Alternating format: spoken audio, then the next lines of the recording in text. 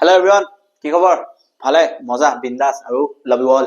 কিয়নো love you all কৈছো কাৰণ আপোনালোকে মোক বহুত বেছি মৰম দিছে, মোক বহুত বেছি ভাল লাগিছে। য়েছ, বহুত বহুত বহুত বেছি ভাল লাগিছে আৰু আপোনালোকে মোক 1K ছাবস্ক্ৰাইবাৰলৈকে লৈ যাব লাগিব। মই সদায় ভিডিঅ'ৰ ফাৰ্ষ্টতে এই কথাটো কৈছো, 1K ছাবস্ক্ৰাইবাৰলৈকে মোক আপোনালোকে ল'ব লাগিব। পাৰিলে ইমান বেছি শ্বেয়াৰ কৰক ভিডিঅ'টো, যাতে 1K ছাবস্ক্ৰাইবাৰ মোৰ অতি সোনকালে হৈ যায়। আপোনালোকৰ 6 এপ্ৰিল তাৰিখে পৰীক্ষা আছে, পৰীক্ষাৰ আগতে যাতে মোৰ 1K ছাবস্ক্ৰাইবাৰ হৈ যায়, এইটো মই আপোনালোকৰ ওচৰৰ পৰা মই এটা দাবী ৰাখিলো আৰু লাগিবই লাগিব।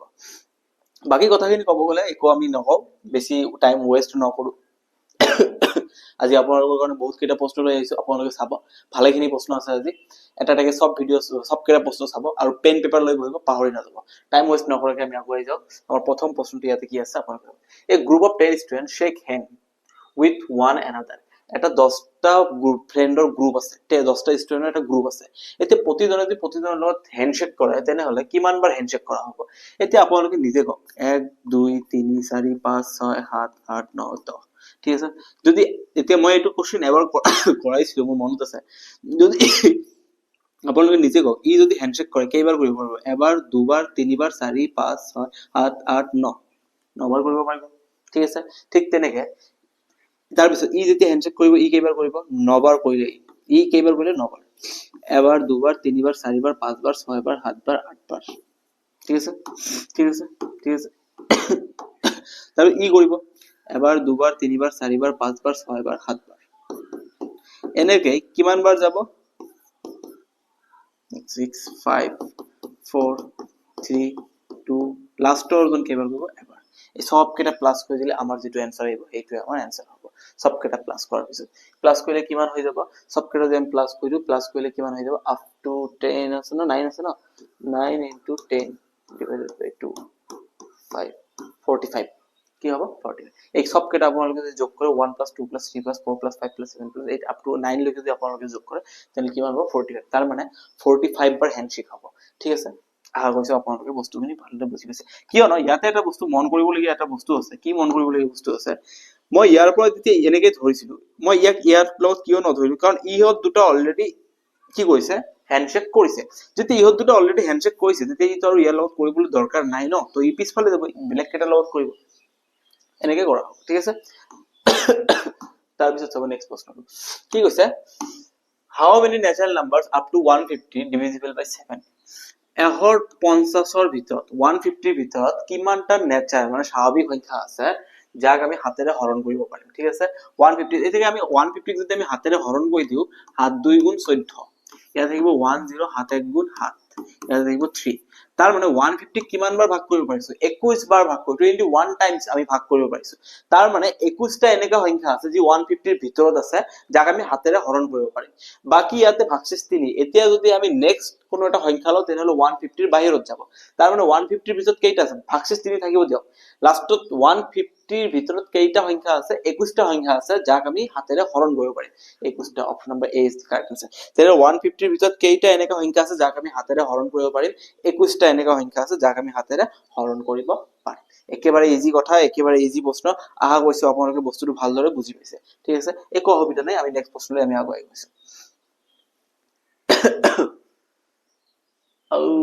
এইটো ভুল দি দিছে, এইটো ভুল কৰিলে, অকণমান ভুল কৰিলে। এইটো পাৱাৰটো 50% নহয়, এইটো কি আছিলে? কি কম মানে, এনেকে যদি ভুল হয় তেনেহলে কেনেকে হ'ব? 50% নহয়, 59 বুলি ধৰি লৈছো। কি বুলি কৈছে? 6, মই ইয়াতে আপোনালোকৰ কনসেপ্টটো ইয়াতে ক্লিয়াৰ কৰি দিম, একো আপত্তি নাই। ইয়াতে কি বুলি কৈছে? 6 5 9 আৰু ওপৰত কিমান কৈছে? 50। এইটো পাৰ্চেন্ট নহয়, একচুয়ালি এইটো কিবা হ'ব, মই এইটো 59 বুলি ধৰি লৈছো। ঠিক আছে, এতিয়া যদি মই এই ডাঙৰ সংখ্যাটো ইমান বাৰ পূৰণ কৰো, মই কৰিবই নোৱাৰিম, বহুত ডাঙৰ এটা ভ্যালু হৈ যাব, মই ভাগৰি যাম কৰোতে কৰোতে। তো মোক কি কৈছে যে এইটো যেতিয়া মই এইটো ভ্যালুটো ওলাম, তেনেহলে ভ্যালুটো ওলোৱাৰ পিছত এককৰ স্থানত থাকিব। আমি জানো একক, দশক, শতক, হাজাৰ, একেবাৰে লাষ্টৰ ঘৰটো কি বুলি কয়? এককৰ স্থান। এতিয়া এককৰ স্থানত কি থাকিব? মই জানো 9ৰ ওপৰত 1 থাকিলে 9 আহে, 9ৰ ওপৰত স্কয়াৰ আহিলে কিমান আহে? 81 1 আহে। 9ৰ ওপৰত কিউব থাকিলে কিমান আহে? 9 আহে। 9ৰ ওপৰত 4 থাকিলে কিমান আহে? আকৌ 1 আহে। ঠিক আছে তাৰ মানে ইয়াৰ পৰা মই কি গম পালো যদি 9 ৰ ওপৰত অযুগ্ম সংখ্যা থাকে তেনেহলে 9 আহে আৰু 9 ৰ ওপৰত যদি যুগ্ম সংখ্যা থাকে তেতিয়া 1 আহে 9 ৰ ওপৰত যেতিয়া আকৌ অযুগ্ম সংখ্যাত 9 আহিব যুগ্ম থাকিলে 1 আহিব আৰু অযুগ্ম থাকিলে 9 আহিব এতিয়া মোৰ ইয়াতে চাব লাগিব 9 ৰ ওপৰত ইয়াতে 9 ৰ ওপৰত লাষ্টত 9 আছে আগফালে কি সংখ্যা থাকে থাক একো দেখুৱাৰ দৰকাৰ নাই লাষ্টত কিমান আছে 9 আৰু 9 ৰ ওপৰত থকা সংখ্যাটো কি যুগ্ম নে অযুগ্ম অযুগ্ম তেনেহলে কিমান আহিব অযুগ্ম হলে 9 আহিব option number B is the correct answer ঠিক আছে 9 যিকোনো সংখ্যা লাষ্টত 9 আছে ইয়াতে কিমান ডাঙৰ সংখ্যা দি দিয়ক লাষ্টত 9 আছে আৰু 9 ৰ ওপৰত যেতিয়া অযুগ্ম সংখ্যা থাকিব তেতিয়া 9 আহিব আৰু যুগ্ম সংখ্যা থাকিলে 1 আহিব ঠিক আছে নেক্সট প্ৰশ্নলৈ আপোনালোকে আগুৱাই আহক নেক্সট প্ৰশ্ন ইয়াতে কি দিয়া আছে চাই লওক কি কৈছে 14315343 9645 আৰু 1489 একৰ স্থানৰ সংখ্যাটো বিচাৰক এতিয়া একৰ স্থানৰ সংখ্যাটো ইমান ডাঙৰ বস্তুটো আমি পূৰণ কৰিলে কেনেকা অৱস্থা হ'ব আপোনালোকে নিজে ভাবি চাওক এই দুটা পূৰণ কৰিলে অৱস্থা বেয়া হৈ যাব তাৰ পিছত এই দুটা তাৰ পিছত পূৰণ কৰি একৰ স্থানটো উলিয়াবলৈ বহুত বেছি সময় লাগিব আৰু বহুত ভুল হোৱাৰ চান্সটো বহুত বেছি আছে তো ইয়াতে আমি কেনেকৈ কৰিম আমাক কৈছে যে একৰ স্থান বাকি একো নালাগে একক স্থানৰ অংকটো লাগে কি কেনেকৈ বিচাৰে 1 পূৰণ 3 এককৰবোৰ পূৰণ কৰিম এককত থকাবোৰ পূৰণ কৰিম 1 পূৰণ 3 কৰিলে কি হ'ব 3 3 1 গুণ 3 তাৰ মানে এই দুটা পূৰণ কৰিলে একক স্থানত কি থাকিব 3 আকৌ একক স্থানৰ লগত এইটো পূৰণ কৰিম 3 5 গুণ 15 15 থাকিব একক স্থানত কি আছে 5 আকৌ 5 ৰ লগত এইটো পূৰণ 5 9 গুণ 45 45 লাষ্টত কি থাকিব 5 অপচন নম্বৰ 5 এটি ইজি কাৰ্ড আছে একেবাৰে ইজি প্ৰশ্ন হয় এটো একেবাৰে ইজি প্ৰশ্ন হয় ইমান ইজি প্ৰশ্ন মানে কি কও জাস্ট আপোনাক একক স্থান কি আপুনি একক স্থান এটা পূৰণ কৰি যাব বাকি আৰু একো নালাগে ধুনিয়াকে আপোনাৰ আনসাৰটো আহিব কাৰণ ইমান ডাঙৰ বস্তুটো পূৰণ কৰাটো ইমান সহজ নহয় ঠিক আছে আশা কৰিছো আপোনালোকে বস্তুটো ভালদৰে বুজি পাইছে নেক্সট চাব ইয়াতে আৰু ঈদ আহি আছে আপোনালোকে জানে ঈদৰ শ্বপিং চাগে আপোনালোকে কৰিলে অলৰেডি বিন্দাস চলি আছে ঈদৰ মই জানো ঈদৰ দিনটো মানে অকণ ফূৰ্তি কৰিব লাগে তো ঈদৰ দিনটো ভালকে ফূৰ্তি কৰি লব যেনেকে হোলিৰ দিনা ভালকে ফূৰ্তি কৰিছে কিন্তু মই এইটো কথা ক'ব বিচাৰিছো অনলি ঈদৰ দিনা ফূৰ্তি কৰিব যদি ঈদৰ দিনা ফূৰ্তি নকৰে মই ঈদৰ দিনা কৈ থাকি পৰক কোনো আপত্তি নাই কিন্তু ঈদৰ দিনা ফূৰ্তি কৰিব এনেকা নহয় যে ঈদৰ দিন ঈদৰ পিছদিনা তাৰ পিছদিনা বহুত কেইটা দিন ফূৰ্তি কৰিম এই ভুলটো নকৰিব কাৰণ 6 এপ্ৰিল তাৰিখে আপোনালোকৰ এক্সাম হ'ব গৈ আছে তো অকনমান নিজকে কন্ট্ৰোলত ৰাখিব লাগিব ফূৰ্তিটো অকনমান কমাব লাগিব তেতিয়াহে আপুনি পৰীক্ষাত উত্তীৰ্ণ হ'ব পাৰিব ঠিক আছে যদি কিছুমান ফলৰ কি হৈছে যদি কিছুমান ফলৰ কিলোগ্ৰাম প্ৰতি দামত 20 টকা আৰু 38 টকা হেইবৰ 5:4 অনুপাতত মিশ্ৰণ কৰা হয় তেন্তে মিশ্ৰণৰ কিলোগ্ৰাম প্ৰতি মূল্য কিমান হ'ব কি কৈছে যদি কিছুমান ফলৰ কিলোগ্ৰাম দুই ধৰণৰ ফল আছে এক ধৰণৰ ফলৰ দাম কিমান 20 টকা পাৰ কেজি 1 কেজি 20 টকা আৰু এক ধৰণৰ ফল কিমান দাম 1 কেজি 38 টকা এতিয়া কি কৰিছে এই 20 টকাৰ দামৰ ফলটো 5 অনুপাতত লৈছে আৰু 4 অনুপাতত 38 টকা দামটো অনুপাতত দুটা মিক্স কৰিছে মিক্স কৰাৰ পিছত এতিয়া কৈছে যে তেনেহলে সেই মিক্স কৰিলে কিমান কেজি হ'ব এটো যদি মই সাপোজ ধৰি লৈছো এটো মোৰ 5 কেজি লোৱা হৈছে এটো 4 কেজি মিক্স কৰিলে কিমান হ'ব 9 কেজি সেই 9 কেজিৰ এতিয়া মিশ্ৰণৰ পিছত দাম এভাৰেজ দামটো কিমান হ'ব এতিয়া চাও মই ধৰি লৈছো 5:4 অনুপাতত দিছে মই নাজানো কিমান লৈছে মই 5 এ ধৰি লৈছো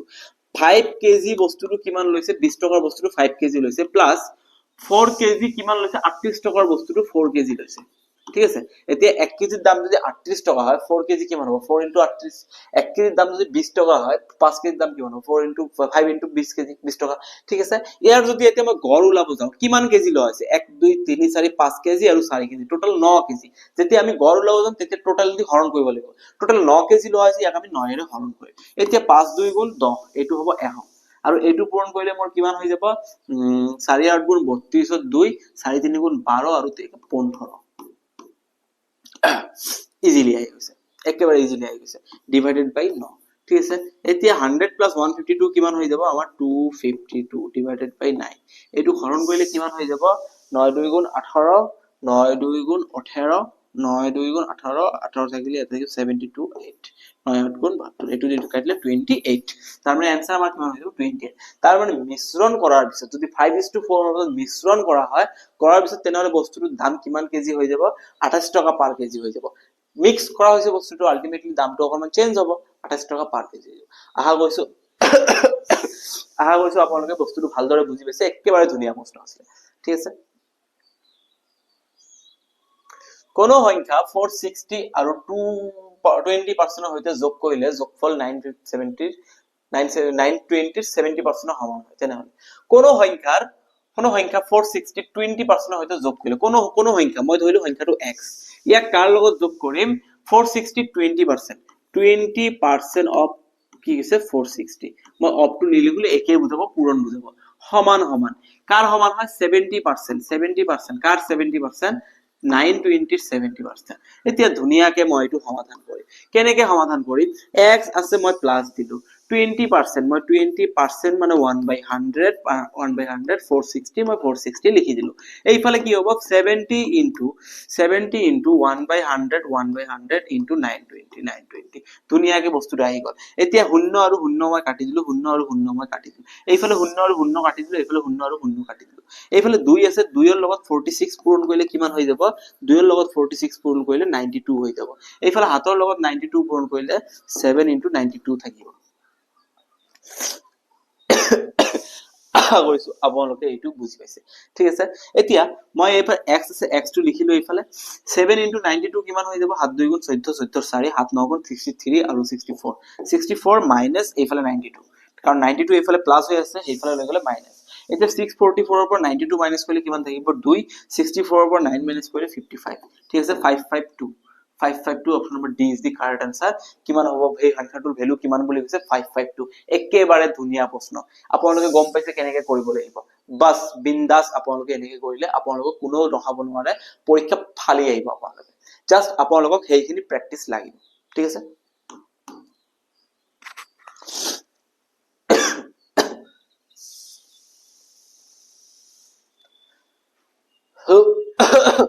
তাৰপিছত চাব এইটো কি প্ৰশ্ন আছে 594224 5924 ইয়াৰ এককৰ স্থানত কি থাকিব 429 কৈছে এককৰ স্থানত কি থাকিব একে বস্তু আপোনালোকৰ মাইন্ডটো ইয়াতে লগাব লাগিব 4 ৰ ওপৰত যদি পাৱাৰ 1 হয় কিমান হ'ব 4 4 ৰ ওপৰত যদি স্কয়াৰ হয় পাৱাৰ কিমান হয় হল এককৰ স্থানত কি থাকে 6 থাকে 4 কিউব লিখিলে কিমান হৈ যায় 64 এককৰ স্থানত 4 to the power 4 লিখিলে কিমান হৈ যায় 256 এককৰ স্থানত 6 ইয়াৰ পৰা আমি কি গম পালো ইয়াৰ পৰা কি গম পোৱা গৈছে যদি 4 ৰ ওপৰত অযুগ্ম সংখ্যা থাকে 4 আহে আৰু 4 ৰ ওপৰত যুগ্ম সংখ্যা থাকে তেনেহলে 6 আহে 4 ৰ ওপৰত অযুগ্ম সংখ্যা থাকিলে 4 আকৌ আহিছে 3 এটা অযুগ্ম এককৰ স্থানত কি আছে 4 আছে ঠিক তেনেকৈ আপোনালোকে সব 4 ৰ ওপৰত যুগ্ম সংখ্যা তেনেহলে এককৰ স্থানত কি আছে 6 এতিয়া ইমান ডাঙৰ সংখ্যা আমি জাস্ট এই গোটেই সংখ্যাটোক আমি নোটিস কৰিব নোৱাৰিম নহয় আমি জাস্ট এই কৰ্নাৰটো নোটিস কৰিব 4 আছে 4 ৰ ওপৰত কি আছে যুগ্ম না অযুগ্ম আমি চাইছো 429 এটা অযুগ্ম হলে কি হয় এককৰ স্থানত 4 হয় option number A is the correct answer বাস কি ধুনিয়া প্ৰশ্ন ভাল লাগিছে ভাল লাগিবই লাগিব ভাই ভাল লাগিবই লাগিব যদি ভাল লাগিছে কমেন্ট এটা লাগিব ভাই মোক কমেন্ট লাগিব কমেন্টত কৈ দিয়ক ভাল লাগিছে আৰু ভিডিওটো বেছি বেছিকে শেয়াৰ কৰক ইমান বেছি শেয়াৰ কৰক 1k সাবস্ক্ৰাইবাৰ লৈকে আপোনালোকে লৈ যাওক ঠিক আছে কাৰণ আপোনালোকৰ এইটো ৰেসপন্সিবিলিটি হৈ গৈছে এটা ইমান ধুনিয়া প্ৰশ্ন সদায় মই দি আছো তো মোকটো অকনমান সাপোৰ্ট লাগিব আপোনালোকৰ ফালৰ পৰা যদি সাপোৰ্ট নকৰে মই কেনেকৈ আগুৱাই যাম ইমান ধুনিয়া কন্টেন্ট দি আছো সদায় ভিডিও দি আছো ইতিমধ্যে মই নিয়াৰলি 200 ভিডিও আপলোড কৰিলো পুৰণা ভিডিওত ইমান এটা ভিউ আহা নাই মই তথাপি একো আপত্তি নাই কিন্তু নতুন ভিডিওত ভিউ লাগিব মই ডিমান্ড কৰিম আপোনালোকৰ পৰা অবভিয়াসলি কৰিম ঠিক আছে চাও গেটিং 840 ml ঠিক আছে 840 ml মিশ্ৰণত অম্ল আৰু পানীৰ অনুপাত 4:3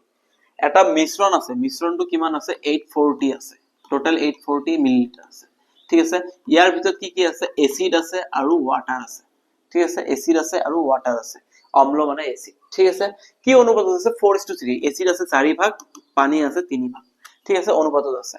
যদি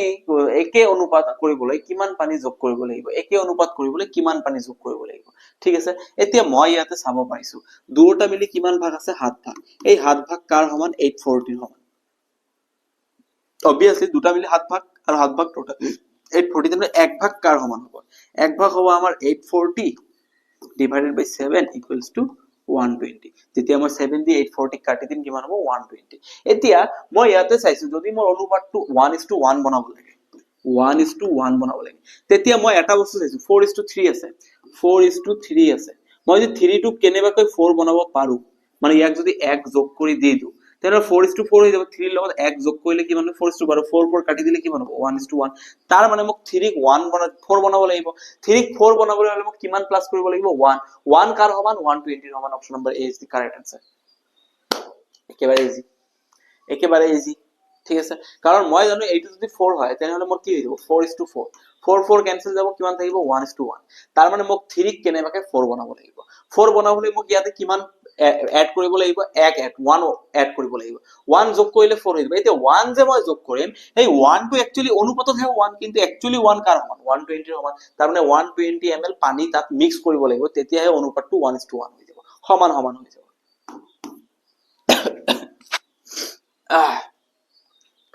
90% of x y 40% হলে আৰু y x ৰ a% হলে a এর মান কিমান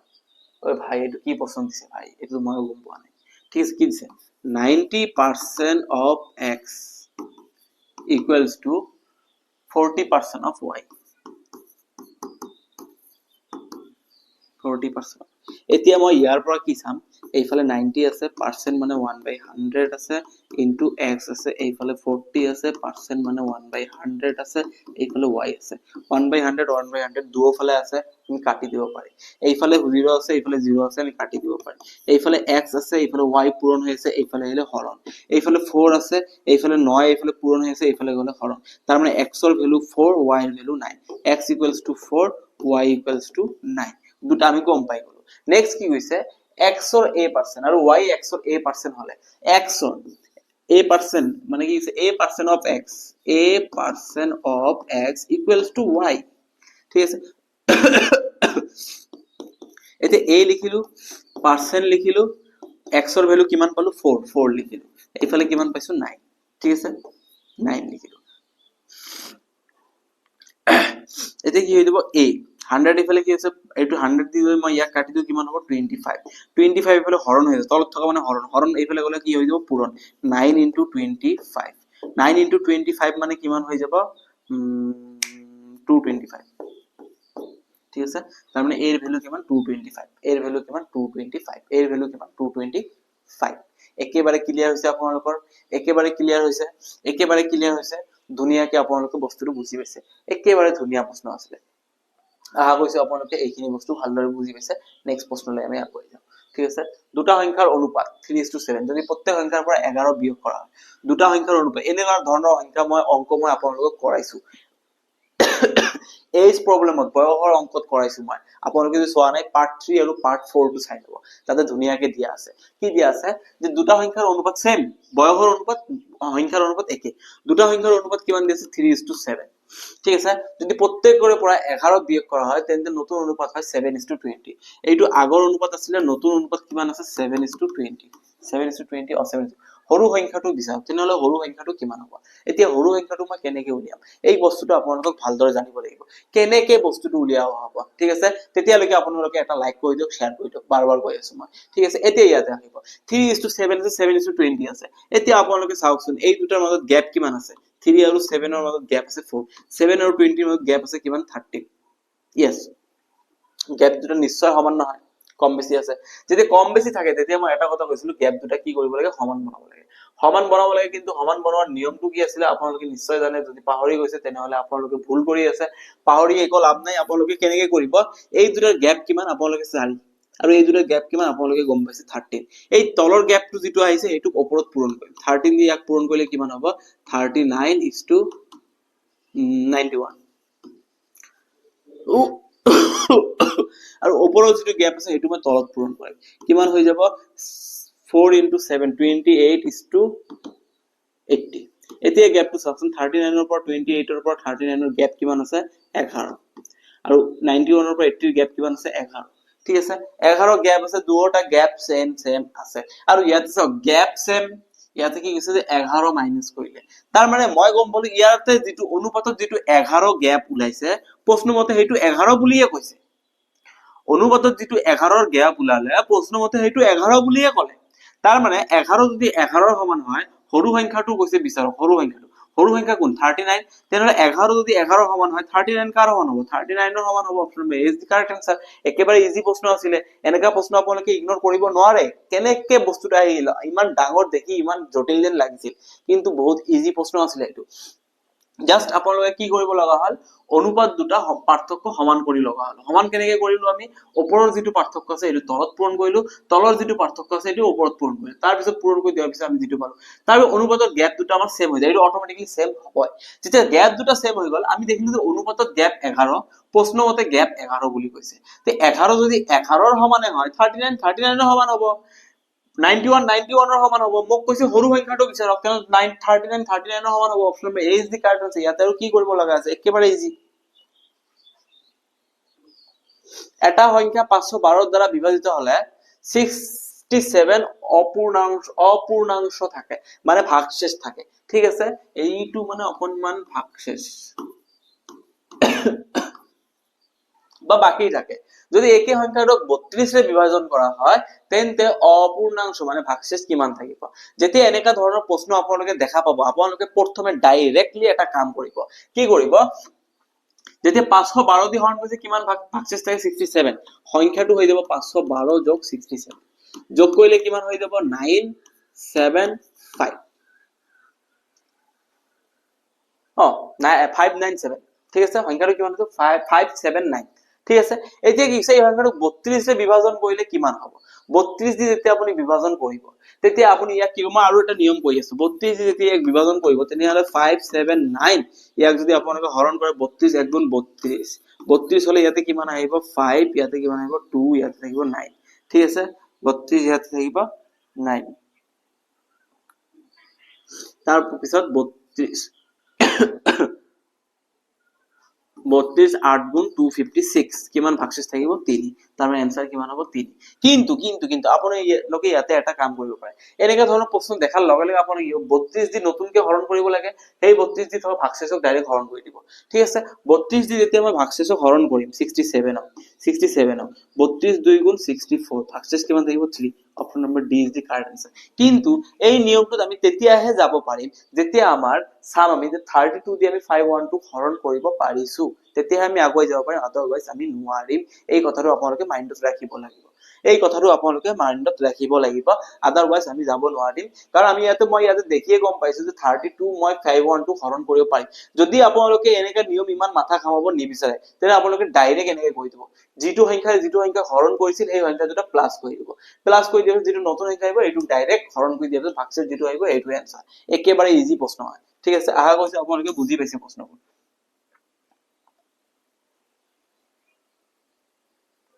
এটা মূলধন 4 বছৰত 5% বাৰ্ষিক সৰল সুদত 6600 হৈ পৰে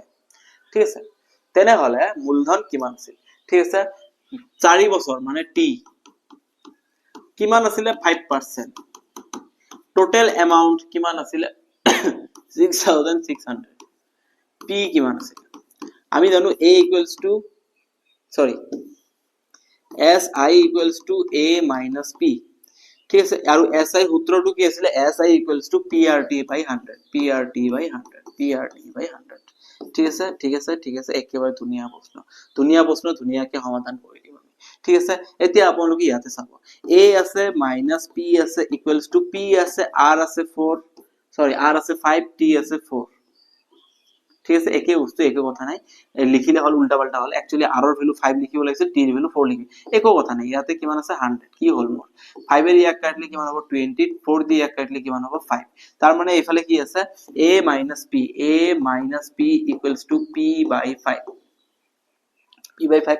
ঠিক আছে এতিয়া 5 এফালে হৰণ হৈ আছে এফালে আহিলে পূৰণ হ'ব পূৰণ মানে কি অকল 5p ৰ লগত পূৰণ হয় দুটা লগতে পূৰণ 5a ৰ লগত পূৰণ হলে কিমান হ'ব 5a হৰণ হৈ থকা বস্তু এফালে আহিলে পূৰণ হ'ব 5a আৰু p ৰ লগত পূৰণ হলে কি হ'ব -5p =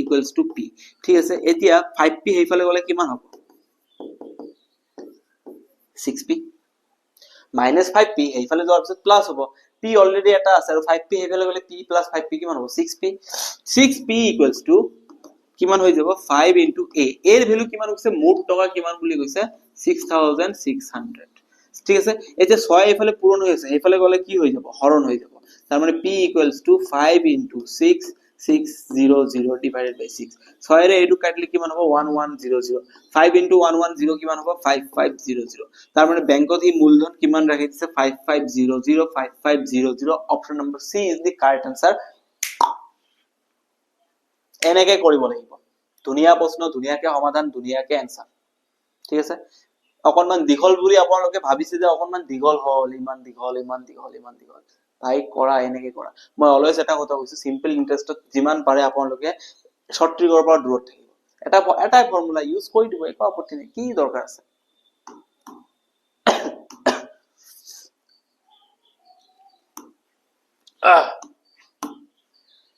এ বি আৰু চি ক্ৰমে 12 বন্ধ আৰু 20 দিনত এটা কাম কৰিব পাৰে। কি কৈছে, এ বি চি 3 দিনে কিমান দিনত কৰিব পাৰে, সৰি,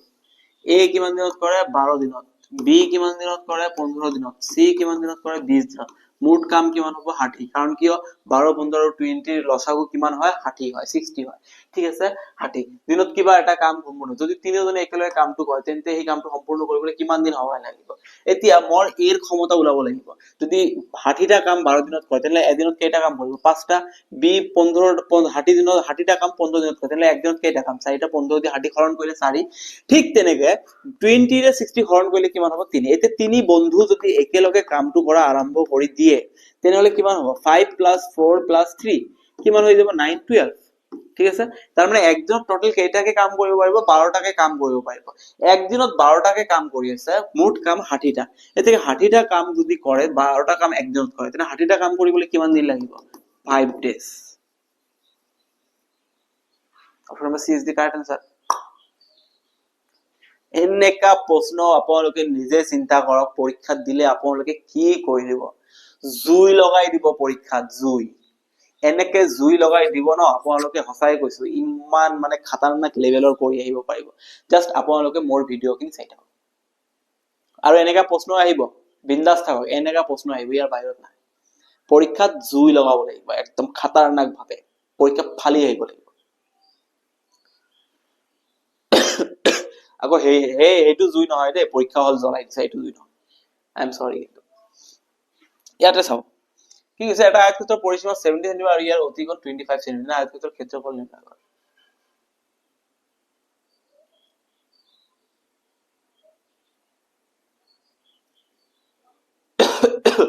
চাওক ইয়াতে কি কৈছে, এটা আয়তক্ষেত্ৰৰ পৰিসীমা, আমি জানো আয়তৰ কি কি থাকে, চাওক এইটো আয়তৰ দিক থাকে আৰু প্ৰস্থ থাকে, এল আৰু বি থাকে। পৰিসীমাৰ সূত্ৰ কি 2 * l + b, দিক যোগ প্ৰস্থ সমান সমান পৰিসীমা কিমান বুলি কৈছে 70। তেনেহলে l + b কিমান হৈ যাব, 2 এফালে পূৰণ হৈ আছে, ইফালে গলে কি হ'ব হৰণ, 2 এৰ ইয়াক হৰণ কৰিলে কিমান হৈ যাব 35। তাৰ মানে দিক আৰু প্ৰস্থৰ যোগফল কিমান 35, এইটো আমি এতিয়ালৈকে গম পালো, ঠিক আছে। এতিয়া আপোনালোকে ইয়াতে অকনমান মাথা লগাব লগা কথা আছে, যদি মোৰ এইটো এনেকা হয়, এইটো কি বুলি কওঁ আমি অতিভুজ। ঠিক আছে, অতিভুজ বা অতিকোণ নহয়, একচুয়ালি অতিভুজ বুলি কোৱা হয়। অতিভুজ মোক কিমান কৈছে 25 সেন্টিমিটাৰ, এইটো যদি l হয়, এইটো যদি b হয়, এইটো কি হ'ব l। তেনেহলে মোক আপোনালোকে কওকচোন পাইথাগোৰাছৰ সূত্ৰ মতে কি বুলি কম আমি, যে অতিভুজ স্কয়াৰ 25 স্কয়াৰ ইকুৱেলস টু ভূমি স্কয়াৰ মানে l স্কয়াৰ প্লাস লম্ব স্কয়াৰ b স্কয়াৰ। ঠিক আছে, তাৰ মানে 25 সমান সমান কি লিখিব পাৰিম √l square plus b square, কিয়নো স্কয়াৰটো এইফালে আহিলে ৰুট হৈ যাব। এইখিনি বস্তু আপোনালোকৰ মাইন্ডত ৰাখিব লাগিব। এতিয়া মই l প্লাস b পাই গলো, বা মই ইয়াতে ডাইৰেক্টলি কৰিব পাৰো, এইটো মোৰ ওলাব দৰকাৰ নাই। মই ইয়াতে এটা বস্তু চালো যে 25 স্কয়াৰ কিমান আছিল, 25 স্কয়াৰ আছিল l square plus b square. তাৰ মানে মই l square plus b square কিমান লিখিব পাৰো, 25 স্কয়াৰ কৰিলে 625। তাৰ মানে মই ইয়াৰ পৰা গম পালো l square plus b square equals to 625। এইটো এটা বস্তু মই গম পাই গলো, ডাইৰেক্ট চিধা কথা, মোৰ মাইন্ডটো অকনমান লগাব লাগিব। এতিয়া মোক কৈছে যে কালি কিমান, কালি মানে কিমান l * b, দিক যোগ দিক পূৰণ প্ৰস্থকে কালি বুলি কোৱা হয় আয়তক্ষেত্ৰৰ। এতিয়া মই ইয়াত এই তিনটা বস্তুৰ পৰা মই কেনেকে ওলাম, মই এইটো কি কৰিলো স্কয়াৰ কৰি দিলো, l plus b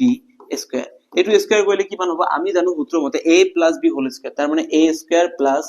b square plus 2ab। ঠিক আছে, এতিয়া l প্লাস b কিমান আছে 35, মই ইয়াতে কি লিখিম 35 square equals to l square plus b square কিমান আছে 625 প্লাস 2lb। 35 স্কয়ার মানে কিমান আছে 21225 মাইনাস কি হৈ যাব 625, এফালে প্লাস হৈ আছে, এফালে আহিলে মাইনাস 625 ইকুৱেলস টু 2lb। 1225 ৰ পৰা 625 মাইনাস কৰিলে কিমান হ'ব 600 ইকুৱেলস টু 2lb। 2 এফালে পূৰণ হৈ আছে, এফালে আহিলে কিমান হৈ যাব হৰণ, 600 ডিভাইডেড বাই 2, 2 এৰ এইটো কাটিলে কিমান হ'ব 300। Option number C is the correct answer, 300 centimetre square. তেনেহলে আয়তক্ষেত্ৰটোৰ কালি কিমান হ'ব 300 সেন্টিমিটাৰ স্কয়াৰ। আশা কৰিছো আপোনালোকে ইমান দূৰলৈকে ভালদৰে বুজি পাইছে। একেবাৰে মস্তি প্ৰশ্ন, বিন্দাস প্ৰশ্ন। চেনেলটো অতি সোনকালে ভিডিঅ'টো শ্বেয়াৰ কৰক, ধমাধুম শ্বেয়াৰ কৰি দিয়ক, লাইক কৰক, সাবস্ক্ৰাইব কৰক আৰু লগতে প্ৰেক্টিস ধুমাধাৰ কৰি থাকক, এক্সাম ফালিব লাগিব। এটুকু মই গম পাইছো বুজিছে।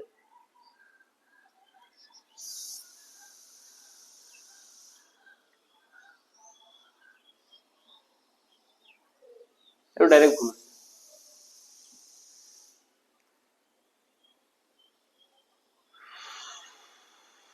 কি কৈছে, the weight of 5 friends 67 kg, 85 kg, 70 kg, 90 kg আৰু 103 kg. Find the average of their weight. কেইটা পাঁচটা ফ্ৰেন্ড আছে, ইহঁতৰ weight খিনি দিয়া আছে, কোনোবা 67, 100, 103 কিবা কিবি দিছে, কৈছে এভারেজ। এভারেজ উলাবলৈ আমি কি কৰিম, সব কেইটা যোগ কৰিব লাগিব। কি কি আছে, 67 প্লাস 85 প্লাস 70 প্লাস 90 প্লাস 103 কিমান দি হৰণ কৰিম, 5, কাৰণ আমি জানো এভাৰেজত যিমানটা পদ থাকে সেইটোৰে হৰণ কৰিব লাগে। এটা আছে, এটা দুটা তিনটা চাৰিটা পাঁচটা, পাঁচেৰে হৰণ। এতিয়া ইয়াতে যোগ কৰক, কিমান হ'ব, এইটো যোগ কৰিলে 170, এইটো যোগ কৰিলে 160 আৰু এইটো 85, 170 160 কিমান হৈ যাব, 330 না, 330 আৰু 85 প্লাস কৰিম ইয়াৰ লগত, 85 প্লাস কৰিলে কিমান হৈ যাব, 415 divided by 5, পাঁচেৰে এইটো হৰণ কৰিলে কিমান হৈ যাব, 8 3 83, ইহঁতৰ এভাৰেজ কিমান হৈ যাব, 83। ঠিক আছে, ইহঁতৰ এভাৰেজ কিমান হৈ যাব, 83। একেবাৰে ইজি আছিল, ধুনীয়া প্ৰশ্ন আছিল, ধুনীয়া মানে একেবাৰে ইজি, ডাইৰেক্ট ইয়াতকে ইজি আৰু নহয়, ডাইৰেক্ট কৈছে এভাৰেজ ল'ব লাগে, ডাইৰেক্ট যোগ বিয়োগ কৰি এভাৰেজ উলিয়াই দিলে হৈ গ'ল, আৰু কি কৰিব লাগে, ইয়াতকে আৰু তো বেছি কৰিব লাগে একো নাই, ইজি প্ৰশ্ন। এইখিনি প্ৰশ্নটো আপোনালোকক মাজে মাজে মই এটা দুটা ইজি প্ৰশ্ন দিও, কিয় দিও, যাতে আপোনালোকৰ কনফিডেন্সটো অকণমান বুষ্ট আপ হৈ যায়, আপোনালোকে গম পায় যে এইটো মই পাৰো, তেতিয়া অকণমান টাফ লেভেলত মই যাব লাগিব। কনফিডেন্স বুষ্ট আপ কৰিবৰ কাৰণে ইজি প্ৰশ্ন দিয়া, পৰীক্ষাত যে ফাৰ্ষ্টত যেতিয়া ল'ৰা ছোৱালীবোৰ এক্সাম দিয়ে, সৰু ক্লাছৰ ল'ৰা ছোৱালী, ইহঁতক সদায় অলৱেজ ইজি কোৱেশ্চন দিয়া হয়, কিয় দিয়া হয়, যাতে সৰুৰে পৰা ইহঁতৰ কনফিডেন্স লেভেলটো বুষ্ট আপ কৰি দিয়া হয়, কনফিডেন্স যাতে ইহঁতৰ থাকে যে মই পাৰিছো, মই পাৰো, এনেকা ধৰণৰ এটা মাইন্ডসেট ৰেডি হৈ যায়। সেই কাৰণে সৰু ল'ৰা ছোৱালী যেতিয়া কোৱেশ্চন ৰেডি কৰা হয়, তেতিয়া সদায় ইজি প্ৰশ্ন দিয়া হয়, একেবাৰে ইজি দিয়া হয়, যাতে সি পাৰে আৰু ইয়াৰ কনফিডেন্স বুষ্ট আপ হৈ যায়। ঠিক আছে, আজিৰ কাৰণে এইখিনি আছিল। আশা কৰিছো আপোনালোকে ভিডিঅ'টো ভাল পাইছে, নিজৰ ফ্ৰেণ্ডৰ লগত শ্বেয়াৰ কৰিব, নিশ্চয় কৰিব, চেনেলটো সাবস্ক্ৰাইব কৰিব। 1K সাবস্ক্ৰাইবাৰ লৈকে মোক লৈ যাব লাগিব, মই আপোনালোকৰ পৰা এইটো দাবী ৰাখিছো, 6 এপ্ৰিলৰ আগত মোক 1K সাবস্ক্ৰাইবাৰ এনি হাও লাগে, এইটো ৰেসপন্সিবিলিটি আপোনালোকৰ হাতত। বাকি আজিৰ কাৰণে এইখিনি আছিল, টাটা, লাভ ইউ, ধন্যবাদ, গুড নাইট।